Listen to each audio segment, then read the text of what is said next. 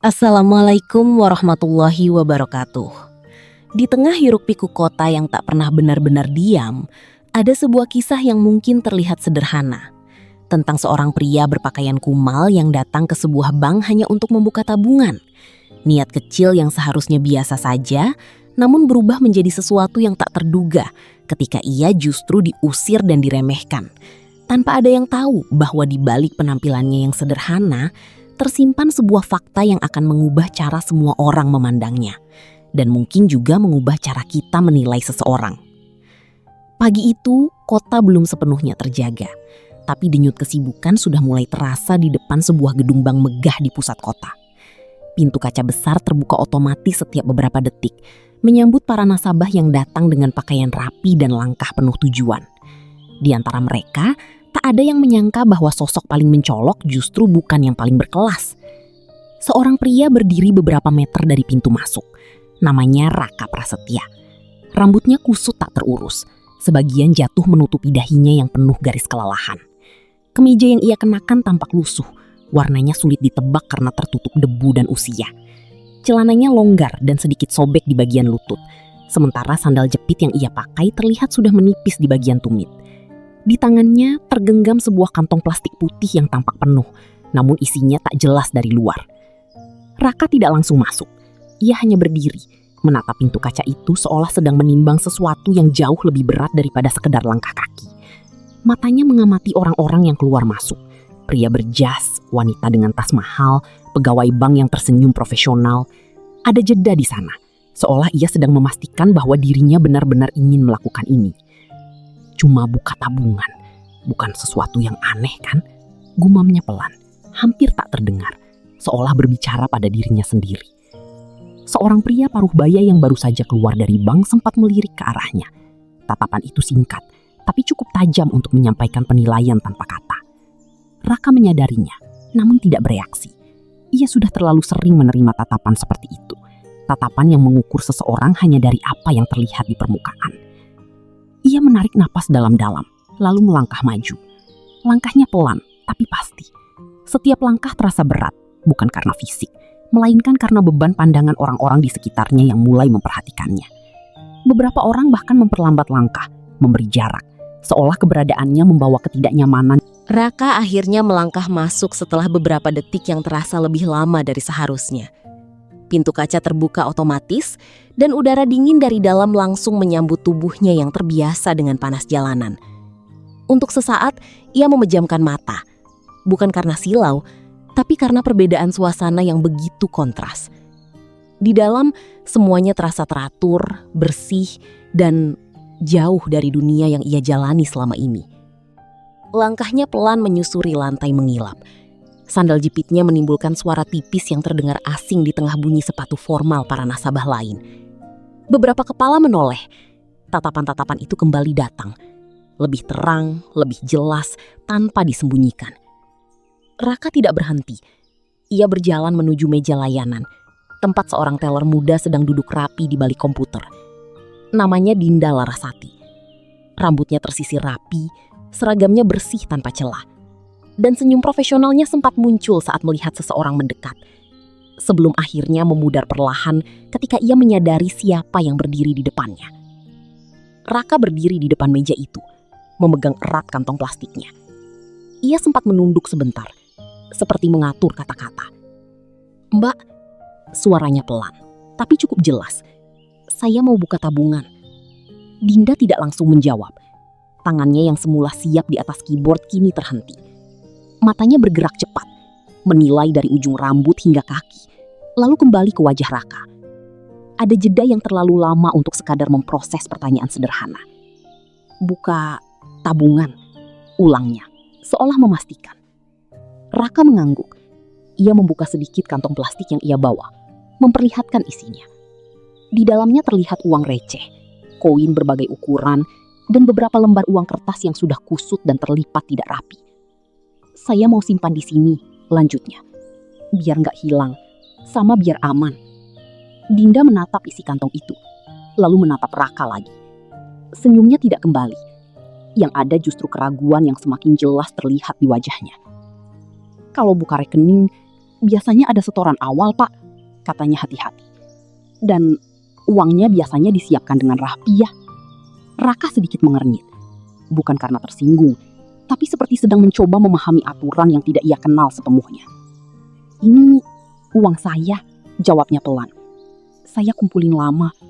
Memang harus rapi dulu ya. Suasana yang sejak tadi sudah canggung, perlahan berubah menjadi semakin tidak nyaman. Bukan karena suara keras atau keributan, melainkan karena bisikan-bisikan kecil yang mulai tumbuh dan menyebar di antara para nasabah. Tatapan yang tadinya sekilas, kini berubah menjadi lebih lama, lebih berani, seolah kehadiran Raka adalah tontonan yang tak biasa di tempat itu. Raka masih berdiri di depan meja teller. Tangannya menggenggam kantong plastik yang kini terasa semakin berat. Ia tidak berkata apa-apa lagi setelah pertanyaannya menggantung tanpa jawaban pasti. Di hadapannya, Dinda Larasati terlihat semakin gelisah. Jari-jarinya mengetuk pelan meja, matanya sesekali melirik ke arah lain, seperti berharap situasi ini segera berakhir tanpa harus ia tangani sendiri.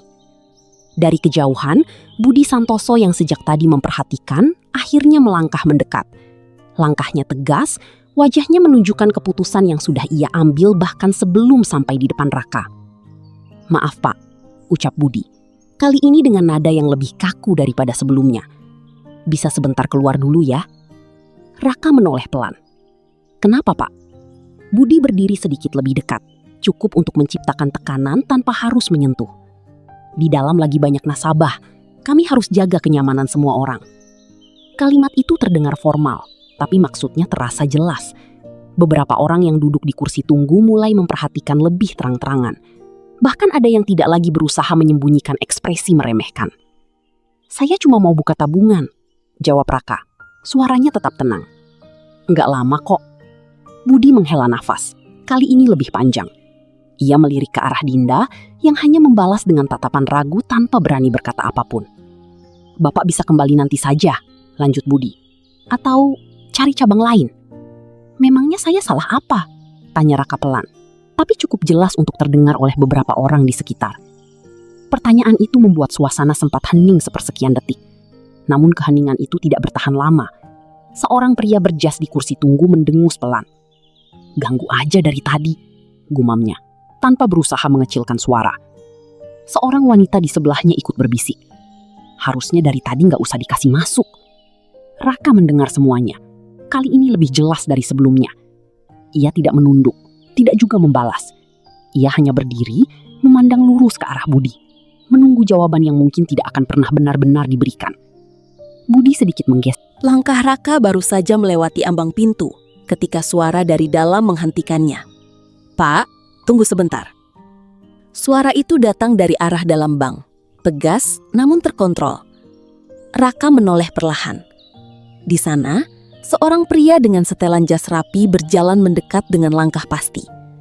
Wajahnya tenang, tapi sorot matanya menunjukkan kewenangan yang tidak perlu dipertanyakan. Ia adalah Hendra Wijaya, manajer cabang bank tersebut. Budi Santoso yang tadi berdiri di dekat pintu langsung sedikit menunduk memberi hormat.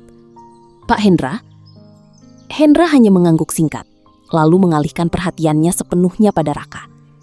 Ia menatapnya dari ujung kepala hingga kaki, sama seperti yang lain sebelumnya. Namun kali ini dengan cara yang lebih halus, lebih tersusun, seolah penilaian itu dibungkus dalam profesionalitas. "Bapak tadi ingin membuka rekening?" tanyanya. Raka mengangguk pelan. "Iya Pak." Hendra melangkah lebih dekat, cukup untuk memastikan suaranya tidak terlalu keras, tapi tetap bisa didengar oleh orang-orang di sekitar yang diam-diam memperhatikan. "Boleh saya lihat uang yang ingin Bapak setorkan?" Raka tanpa ragu membuka kantong plastiknya lagi. Koin-koin dan uang lusuh itu kembali terlihat, mengeluarkan bunyi kecil saat bergeser. Beberapa pasang mata kembali tertuju ke sana. Hendra memperhatikan sebentar, lalu menarik napas halus. Ekspresinya tetap terjaga, tidak menunjukkan ejekan, tapi juga tidak menunjukkan penerimaan. "Begini Pak," ucapnya perlahan, memilih kata dengan hati-hati.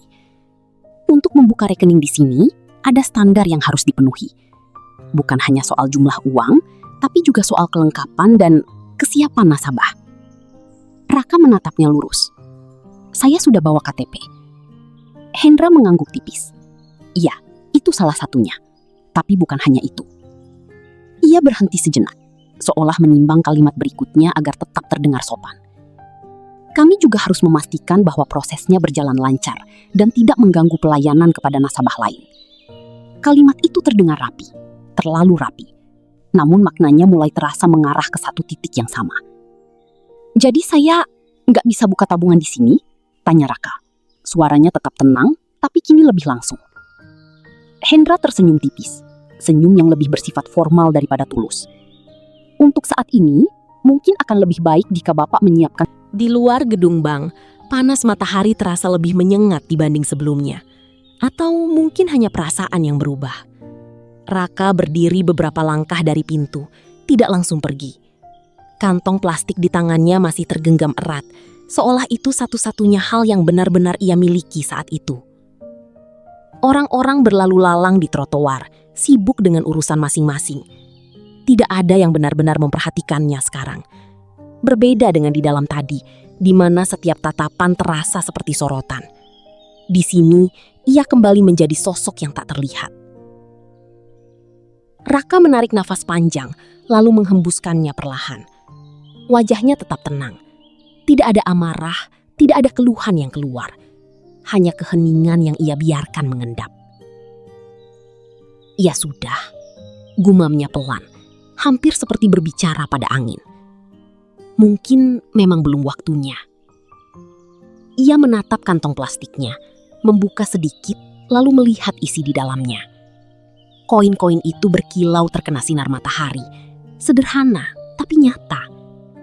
Uang-uang lusuh itu mungkin tak terlihat berarti bagi sebagian orang. Tapi bagi Raka, itu adalah hasil dari hari-hari panjang yang tidak pernah mudah. Masih utuh, katanya lirih, seolah memastikan pada dirinya sendiri. Ia mengikat kembali plastik itu dengan hati-hati, memastikan tidak ada yang jatuh. Gerakannya tenang, penuh perhatian, seolah setiap detail memiliki arti. Dari dalam bank, bayangan orang-orang masih terlihat samar melalui kaca. Aktivitas tetap berjalan seperti biasa. Tidak ada tanda bahwa sesuatu baru saja terjadi. Semua kembali normal, atau setidaknya terlihat normal. Raka melirik ke arah pintu itu sekali lagi. Tatapannya tidak tajam, tidak juga menyimpan dendam. Lebih seperti seseorang yang sedang mencoba memahami sesuatu yang baru saja ia alami. Kalau bukan di sini, ucapnya pelan. Ya, mungkin di tempat lain. Namun ia tidak langsung pergi. Kakinya tetap di tempat, seolah ada satu hal yang masih ingin ia pastikan. Ia menoleh sedikit, melihat papan nama besar bank itu, lalu kembali menatap pintu masuk. Beberapa detik berlalu dalam diam. Tiba-tiba, pintu terbuka. Raka baru saja melangkah beberapa meter dari bangku tempat ia sempat duduk ketika suara langkah cepat dari arah belakang memecah ritme tenang pagi itu. Suara sepatu hak tinggi yang tegas, berirama, berbeda dari langkah orang kebanyakan yang lalu lalang tanpa arah jelas. Belum sempat ia menoleh, sebuah suara wanita memanggil dengan nada tertahan, namun jelas mengandung urgensi. "Pak Raka?" Langkah Raka terhenti. Ia tidak langsung berbalik. Ada jeda singkat, seolah ia memastikan bahwa nama itu benar-benar ditujukan padanya. Nama yang sejak tadi tidak pernah disebut siapapun di tempat itu. "Pak Raka, tunggu." Kali ini lebih dekat. Raka perlahan menoleh. Di hadapannya kini berdiri seorang wanita berpenampilan elegan. Rambutnya tersisir rapi, pakaian formalnya tampak mahal namun tidak berlebihan. Dan caranya berdiri menunjukkan kepercayaan diri yang terbentuk dari posisi, bukan sekedar penampilan. Namanya Clara Mahendra. Napasnya sedikit terengah, tanda ia baru saja berjalan cepat, mungkin bahkan berlari kecil untuk menyusul. Raka menatapnya beberapa detik, lalu tersenyum tipis. Clara. Sapaan itu sederhana, tapi cukup untuk mengubah suasana di antara mereka. Tidak ada lagi jarak asing seperti antara dua orang yang baru bertemu. Clara menghela napas, mencoba menenangkan dirinya. Saya lihat dari dalam. Saya nggak yakin tadi itu benar-benar Bapak. Raka mengangkat sedikit kantong plastik di tangannya, seolah memberi jawaban tanpa kata. Masih sama kan? Clara tidak tersenyum. Matanya justru bergerak cepat, memperhatikan penampilan Raka dari atas ke bawah. Bukan dengan tatapan meremehkan seperti yang lain, tapi lebih seperti seseorang yang mencoba memahami situasi yang tidak seharusnya terjadi. Mereka mengusir Bapak, tanyanya. Suaranya turun satu tingkat, tapi justru terasa lebih serius. Raka tidak langsung menjawab. Ia hanya melirik sekilas ke arah Kintubang, lalu kembali menatap Clara. Mungkin saya yang gak sesuai. Jawaban itu tenang, terlalu tenang untuk situasi seperti itu. Clara mengernyit. Gak sesuai. Raka tersenyum kecil, tipis sekali.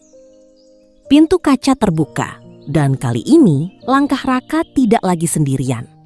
Clara Mahendra berjalan sedikit di depan. Sikapnya tegak, wajahnya tenang, namun menyimpan ketegasan yang sulit diabaikan. Sepatu haknya kembali menggema di lantai marmer. Tapi kini, setiap langkahnya terasa seperti penanda bahwa sesuatu akan berubah. Begitu mereka masuk, suasana bank yang tadinya kembali normal perlahan mengencang. Beberapa pegawai yang tadi sempat melihat Clara di luar langsung memperbaiki posisi duduk. Bisik-bisik kecil kembali muncul, tapi kali ini bukan tentang Raka, melainkan tentang Clara. Itu Bu Clara kan? Iya, direktur regional. Kok kesini tiba-tiba? Budi Santoso yang berjaga di dekat pintu langsung berdiri lebih tegap. Wajahnya berubah, dari yang sebelumnya tegas menjadi sedikit tegang. Ia tidak menyangka wanita itu akan kembali, apalagi bersama pria yang tadi ia minta keluar. "Selamat pagi Bu Clara," sapa Budi cepat. Suaranya terdengar lebih hormat dari sebelumnya. Clara hanya mengangguk singkat, tanpa benar-benar menoleh ke arahnya. Fokusnya lurus ke depan. Di sisi lain, Dinda Larasati yang masih berada di meja teller tampak terkejut. Tangannya yang sedang memegang mouse berhenti. Ia berdiri perlahan saat Clara semakin mendekat, mencoba menyusun kembali ekspresi profesionalnya. "Selamat pagi, Bu," ucap Dinda, sedikit gugup. Namun Clara tidak langsung menjawab. Ia berhenti tepat di tengah ruangan, lalu berbalik menghadap seluruh area layanan. Tatapannya menyapu satu persatu wajah yang ada di sana. Teller, nasabah, hingga satpam. "Barusan," ucapnya. Suaranya tidak keras, tapi cukup untuk membuat ruangan itu hening. Ada seorang pria yang datang untuk membuka rekening. Semua orang diam. Tidak ada yang berani menyela. Clara melanjutkan. Dia membawa uangnya sendiri. Dia membawa identitasnya. Dan dia menyampaikan niatnya dengan jelas. Ia berhenti sejenak. Pandangannya kini tertuju pada Dinda. Tapi saya melihat, dia tidak dilayani. Dinda menelan ludah. "Saya hanya mengikuti prosedur, Bu." Clara mengangguk pelan. Prosedur. Kata itu diulang dengan nada yang sama seperti yang sebelumnya diucapkan oleh orang lain. Namun kali ini terdengar berbeda, lebih tajam. Dari arah ruang kerja, Hendra Wijaya keluar dengan langkah cepat. Keheningan yang menyelimuti ruangan itu belum juga pecah. Udara terasa lebih berat, seolah setiap orang menahan napas dalam waktu yang terlalu lama. Tidak ada yang bergerak. Bahkan suara kecil pun seakan enggan muncul di tengah situasi yang mendadak berubah arah. Semua mata tertuju pada satu sosok, Raka Prasetya. Pria dengan pakaian lusuh, sandal jepit usang, dan kantong plastik sederhana di tangannya. Kini berdiri sebagai seseorang yang baru saja disebut sebagai pemegang saham utama bank itu. Hendra Wijaya adalah orang pertama yang mencoba kembali menemukan suaranya. "Maaf, Bu Clara," ucapnya pelan, sedikit terbata. "Apa maksudnya beliau?" Kalimatnya menggantung, seolah ia sendiri tidak berani menyelesaikannya. Clara menoleh sedikit, menatap Hendra dengan ekspresi tenang namun tegas. "Saya rasa sudah cukup jelas." Namun Raka mengangkat tangannya sedikit, memberi isyarat halus agar Clara tidak melanjutkan. "Biar saya saja," katanya pelan. Suara itu tidak keras, tidak juga penuh tekanan, tapi cukup untuk membuat semua orang kembali diam, memberi ruang. Raka melangkah maju 1 langkah. Kantong plastik itu masih ia pegang. Masih sama seperti saat ia pertama kali masuk. Tidak ada perubahan pada penampilannya. Yang berubah hanyalah cara orang memandangnya. Saya memang datang ke sini untuk buka tabungan, ucapnya, menatap ke arah Hendra, lalu bergeser ke Dinda, dan akhirnya ke seluruh ruangan. Bukan pura-pura. Ia berhenti sejenak, membiarkan kalimatnya meresap. Tapi saya juga ingin lihat bagaimana tempat ini memperlakukan orang yang datang tanpa apa-apa, selain niat. Tidak ada yang menyela, bahkan suara napas pun terasa pelan. Hendra menunduk sedikit, wajahnya mulai pucat. Pak Raka, saya tidak tahu kalau... Raka menggeleng pelan. Memang tidak perlu tahu. Jawaban itu singkat, tapi langsung menghentikan upaya pembelaan. Saya tidak datang sebagai komisaris, tidak juga sebagai pemegang saham. Lanjut Raka. Saya datang sebagai orang biasa. Ia mengangkat sedikit kantong plastik di tangannya. Dengan ini, koin-koin di dalamnya berbunyi pelan saat bergeser. Suara kecil itu kini terasa jauh lebih keras dari sebelumnya. Saya ingin tahu, apakah Suasana di dalam bank itu tidak lagi sama. Tidak ada lagi bisikan. Tidak ada lagi tatapan meremehkan. Yang tersisa hanya keheningan yang terasa lebih berat. Keheningan yang dipenuhi rasa sadar. Dan penyesalan yang datang terlambat. Di depan meja teller, Dinda Larasati berdiri dengan sikap yang jauh berbeda dari sebelumnya. Tangannya kini bergerak lebih hati-hati. Matanya fokus pada proses pembukaan rekening yang ia jalankan. Tidak ada lagi keraguan. Tidak ada lagi jeda yang canggung. Setiap langkah ia lakukan dengan penuh perhatian. Seolah ingin memperbaiki sesuatu yang sudah terlanjur terjadi. Nama lengkap, Pak? Tanyanya pelan. Meski ia sebenarnya sudah tahu. Raka Prasetya. Jawab Raka singkat. Dinda mengangguk, mencatat dengan teliti. Sesekali ia mencuri pandang ke arah Raka, tapi tidak berani terlalu lama. Ada rasa bersalah yang jelas terlihat di wajahnya. Namun ia tidak mencoba menutupi. Ia memilih menanggungnya. Di beberapa meter dari sana, Budi Santoso masih berdiri di dekat pintu. Tapi kini posisinya terasa berbeda. Bahunya yang tadi tegap kini sedikit turun. Wajahnya tidak lagi setegas sebelumnya. Ia menatap ke arah Raka beberapa kali, lalu mengalihkan pandangan. Seolah tidak siap menghadapi kenyataan bahwa orang yang ia usir tadi kini berdiri sebagai seseorang yang jauh lebih tinggi posisinya. Akhirnya, ia memberanikan diri melangkah mendekat. Pak Raka? Suaranya lebih pelan dari sebelumnya. Hampir seperti ragu untuk memulai. Raka menoleh sedikit. Saya minta maaf atas sikap saya tadi, lanjut Budi. Saya terlalu cepat menilai. Raka menatapnya beberapa detik. Tidak ada ekspresi keras, tidak juga lembut berlebihan. Hanya tenang. Bapak menjalankan tugas, jawabnya. Budi menggeleng pelan. Tapi saya lupa cara memperlakukan orang dengan benar. Kalimat itu keluar lebih jujur dari yang ia kira. Raka tidak langsung menjawab. Ia hanya mengangguk kecil, lalu kembali memperhatikan proses di meja teller. Di sisi lain, Hendra Wijaya berdiri diam sejak tadi. Ia tidak ikut mendekat, tidak juga menyela. Wajahnya terlihat paling berat menanggung situasi itu. Sebagai manajer, keputusan tadi datang darinya. Dan sekarang, ia harus menghadapi akibatnya di depan semua orang. Pagi itu perlahan bergeser menuju siang. Namun suasana di dalam bank masih menyisakan jejak dari apa yang baru saja terjadi. Aktivitas kembali berjalan. Nomor antrian dipanggil, keyboard kembali diketuk, dan pintu kaca terus terbuka tutup seperti biasa. Tapi ada sesuatu yang berbeda. Cara orang saling memandang tidak lagi sama.